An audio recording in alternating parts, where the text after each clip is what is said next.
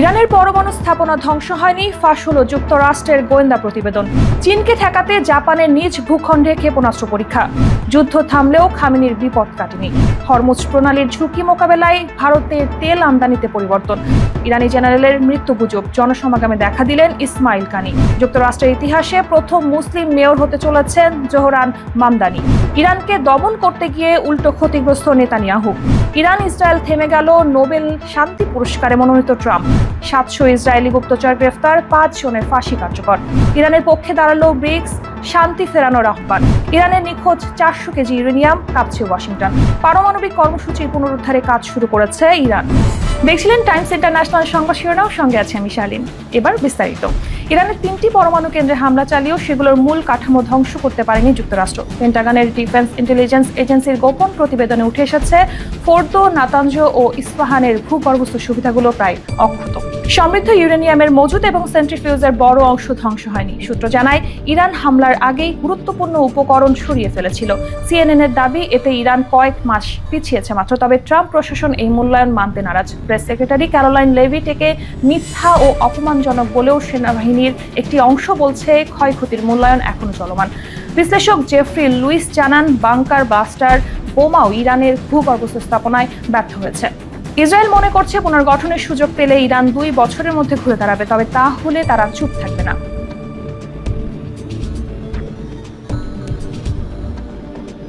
মার্কিন সংবাদ মাধ্যমে নিহত ঘোষণার পরও জনসমাগমে জীবিত দেখা গেল ইরানের কুদস ফোর্সের প্রধান জেনারেল ইসমাইল কানি। 25 জুন ইরানে এক সরকারপন্থী সমাবেশে সাধারণ মানুষের সঙ্গে হাসি মুখে কথা বলতে দেখা গেছে তাকে। এর আগে নিউ ইয়র্ক টাইমস দাবি করেছিল ইসরায়েলের এক হামলায় কানি নিহত হয়েছিলেন, কিন্তু টাইমস অফ ইসরায়েল জানায় ইসরায়েলি সেনাবাহিনী এমন কোনো দাবি করেনি, অর্থাৎ এত বড় অভিযানের কৃতিত্ব তারা প্রকাশ্যে নেয়নি। ইসমাইল কানি নেতৃত্ব দিচ্ছেন ইসলামিক রেভলিউশনারি গার্ডের কুদস ফোর্সকে, ইরানের বৈদেশিক সামরিক শাখা যা হামাস, হিজবুল্লাহ ও ইয়েমেনের হুথি বিদ্রোহীদের সহায়তা করে। এর আগেও তার মৃত্যু নিয়ে গুজব ছড়িয়েছিল। 2023 সালের অক্টোবরে বৈরুতে ইসরায়েলি বোমা হামলায় হিজবুল্লাহ নেতা হাসিম সাইফুদ্দিন নিহত হলে ক্যানিকে টার্গেট করা হয়েছিল বলে খবর ছড়ায়।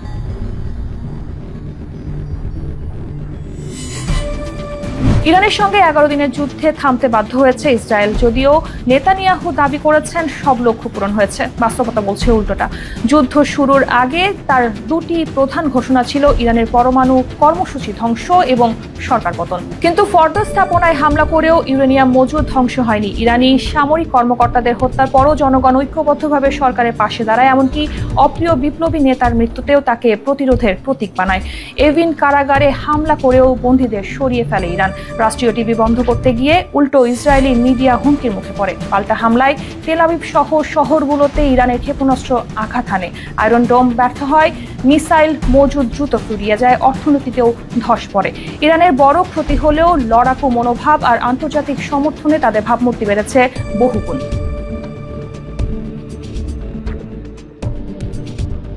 নিউ ইয়র্ক সিটি মেয়র নির্বাচনে বড় চমক দেখিয়েছে ডেমোক্রেটিক সোশ্যালিস্ট নেতা জোহরান মামদানি। 24 জুন রাতের 91% ভোট গণনায় তিনি এগিয়ে আছেন 43.5% ভোট পেয়ে। সেখানে সাবেক গভর্নর অ্যান্ড্রু কুওমো পেয়েছেন মাত্র 36.4%। মাত্র 33 বছর বয়সী মামদানি 1 বছর আগেও ছিলেন রাজনীতির বাইরে একজন মুখ, কিন্তু এবার তিনি প্রথম ও দ্বিতীয় পছন্দ মিলিয়েও কুওমোর চেয়েও হাজারো ভোটে এগিয়ে। রাতেই আনুষ্ঠানিকভাবে পরাজয় মেনে নিয়ে কুওমো বলেন, আজকের রাত তার, সে জয়ী হয়েছে এবং সেই প্রাপ্য। এদিকে মামদানি বলেন, আজ রাতে আমরা ইতিহাস করেছি। আমি নিউ ইয়র্ক সিটির মেয়র হিসেবে ডেমোক্রেটিক পার্টির মনোনয়ন পেয়েছি। এই জয়ে তিনি শুধু নিউ ইয়র্কেই নয়, যুক্তরাষ্ট্রের ইতিহাসেও প্রথম মুসলিম ও ভারতীয় বংশোদ্ভূত মেয়র হতে চলেছেন।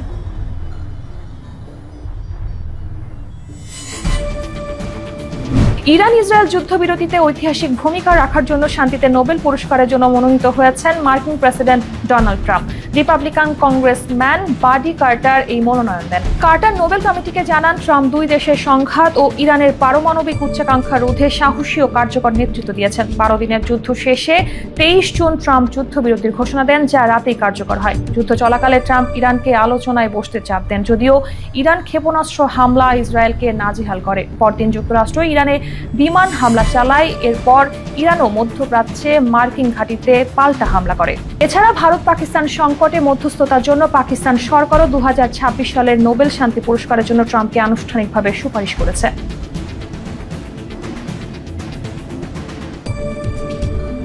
ইসরায়েলের বিরুদ্ধে বড়সড় পাল্টা ব্যবস্থা নিল ইরান। দেশটির গোয়েন্দা সংস্থা ও নিরাপত্তা বাহিনী একযোগে অভিযান চালিয়ে ইসরায়েলের গুপ্তচর নেটওয়ার্কের সঙ্গে সংশ্লিষ্ট সন্দেহে 700 জনের বেশিকে গ্রেফতার করেছে। এর মধ্যে 5 জন গুপ্তচরের ফাঁসিও কার্যকর হয়েছে। ইরানের ফার্স সংবাদ সংস্থা জানায় 12 দিনের যুদ্ধকালীন সময়ে এদের আটক করা হয়।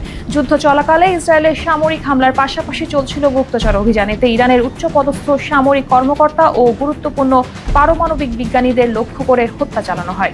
এদিকে ইরানের পার্লামেন্ট আন্তর্জাতিক পরমাণু সংস্থা IAEA এর সঙ্গে সম্পর্ক স্থগিতের সিদ্ধান্তে সম্মতি দিয়েছে। তবে আন্তর্জাতিক মানবাধিকার গোষ্ঠীগুলো বলছে গণগ্রেফতারে ন্যায় বিচার লঙ্ঘিত হওয়ার ঝুঁকি রয়েছে।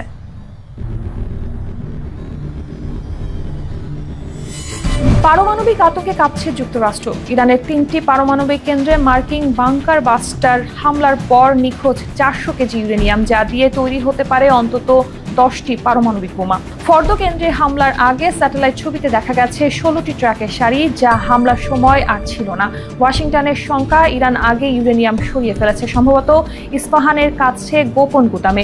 মার্কিন ভাইস প্রেসিডেন্ট জেডি ভ্যান্স নিশ্চিত করেছেন বোমার আঘাতে ক্ষতি হয়েছে, কিন্তু ইউরেনিয়াম নেই। আন্তর্জাতিক পারমাণবিক সংস্থার প্রধান রাফায়েল গ্রোসি সতর্ক করেছেন, দ্রুত নতুন পরিদর্শন না হলে বিশ্ব বিপজ্জনক অন্ধকারে ঢুকে পড়বে।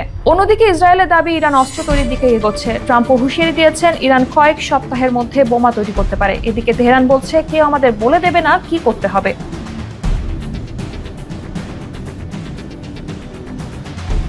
ইসরায়েলের সঙ্গে যুদ্ধবিরতির পরও আয়াতুল্লাহ আলী খামেনির সংকট কাটেনি। এবার তাকে সামাল দিতে হচ্ছে নিজ জাতির ক্ষোভ। যুক্তরাষ্ট্র সহ বিশ্বের বিভিন্ন দেশে বসবাসরত প্রবাসী ইরানিরা বিক্ষোভে নেমেছেন, বিশেষ করে লস অ্যাঞ্জেলেসের তেহরান জেলস। প্রায় 2 লাখ ইরানি আমেরিকান এই এলাকায় থাকেন, যারা খামেনির পতনের ডাক দিচ্ছেন। আন্তর্জাতিক মহলেও ধারণা তৈরি হয়েছে যুদ্ধবিরতির পর বিরোধী দলগুলোর জোট গঠন এখন সময়ের ব্যাপার মাত্র, যা বড় অভ্যুত্থানে রূপ নিতে পারে। এদিকে শাহের পুত্র রেজা পাহলভি বলছেন, এটাই আমাদের মুহূর্ত। তাকে সমর্থন করছে ওয়াশিংটন ও তেল আবিব।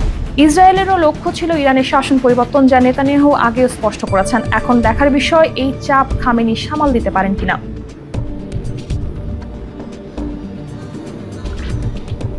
ভারত, চীন ও রাশিয়া সহ ব্রিক্স সদস্য দেশগুলো ইরানের পক্ষে দাঁড়িয়েছে এবং ইসরায়েল ও যুক্তরাষ্ট্রের সামরিক হামলার তীব্র নিন্দা জানিয়েছে। ব্রিক্স যুদ্ধবিরতি ঘোষণার পর এক বিবৃতিতে ইরানের শান্তিপূর্ণ পারমাণবিক স্থাপনায় হামলাকে আন্তর্জাতিক আইন ও জাতিসংঘের সনদ লঙ্ঘন হিসেবে বর্ণনা করেছে। তারা যুদ্ধরত পক্ষগুলোকে কূটনীতিতে ফিরে এসে শান্তিপূর্ণ সমাধানের আহ্বান জানিয়েছে। ব্রাজিল, চীন, ভারত, দক্ষিণ আফ্রিকা ও রাশিয়া নিয়ে গঠিত এই জোট ইরান ও সংযুক্ত আরব আমিরাতের সমর্থন পাচ্ছে।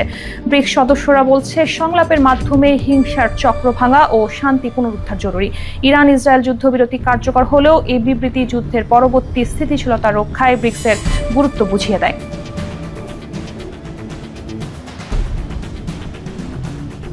জাপান প্রথমবারের মতো নিজ ভূখণ্ডে ক্ষেপণাস্ত্র পরীক্ষা চালিয়েছে, যা দক্ষিণ পূর্ব এশিয়ার নিরাপত্তা পরিস্থিতিতে বড় পরিবর্তনের ইঙ্গিত দেয়। 24 জুন হোক্কাইডো দ্বীপের শিজুনাই অঞ্চলে টাইপ 88 স্বল্প পাল্লার ক্ষেপণাস্ত্র একটি ক্রুবিহীন নৌকাকে লক্ষ্য করে সফলভাবে উৎক্ষেপণ করা হয়। এর আগে যুক্তরাষ্ট্র ও অস্ট্রেলিয়ায় ক্ষেপণাস্ত্র পরীক্ষা করলেও এবার নিজ দেশে পরীক্ষা চালানো হলো। 2022 সালে 5 বছরের নতুন নিরাপত্তা নীতি গ্রহণের মাধ্যমে জাপান চীনের সামরিক হুমকি মোকাবেলায় নিজেদের শক্তি বৃদ্ধি করেছে।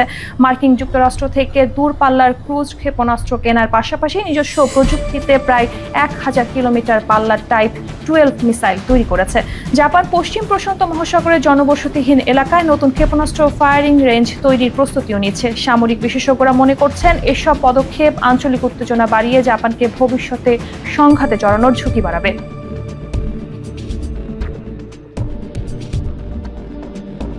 ইরান ইসরায়েলের সংঘাতের মধ্যেও ভারত, রাশিয়া ও যুক্তরাষ্ট্র থেকে অপরিশোধিত তেলের আমদানি বাড়িয়েছে। যুদ্ধবিরতির সত্ত্বেও বিশ্ববাজারে তেলের অস্থিরতা ও সরবরাহ বিঘ্নের আশঙ্কা রয়েছে। ভারতের মূল লক্ষ্য দেশীয় বাজারে তেলের দাম স্থিতিশীল রাখা এবং ভবিষ্যৎ চাহিদা মেটানো। জুন মাসে ভারতীয় রিফাইনারিগুলো প্রতিদিন 20 থেকে 22 লাখ ব্যারেল রাশিয়ান তেল আমদানি করেছে, যা গত 2 বছরের সর্বোচ্চ। যুক্তরাষ্ট্র থেকেও আমদানি বেড়ে 4.39 লাখ ব্যারেলে পৌঁছেছে। তবে মধ্যপ্রাচ্য থেকে আমদানি করেছে প্রায় 20 লাখ ব্যারেল। বিশ্লেষকদের মতে বিশ্ববাজারে অস্থিরতা মোকাবেলায় ভারতের বিকল্প জ্বালানি উৎসে গুরুত্ব বাড়ানো প্রয়োজন। হরমুজ প্রণালীর ঝুঁকি বাড়ায় ভারতে তেল আমদানিতে বৈচিত্র্য দেখা দিয়েছে। তেলের মূল্যস্ফীতি বাংলাদেশ সহ বিশ্ব অর্থনীতিতে প্রভাব ফেলতে পারে বলে সতর্ক করা হয়েছে। ভারত গত বছর থেকেই রাশিয়া থেকে তেল আমদানির পরিমাণ বাড়াচ্ছে, যা এখন দেশটির মোট আমদানি তেলের প্রায় 40%।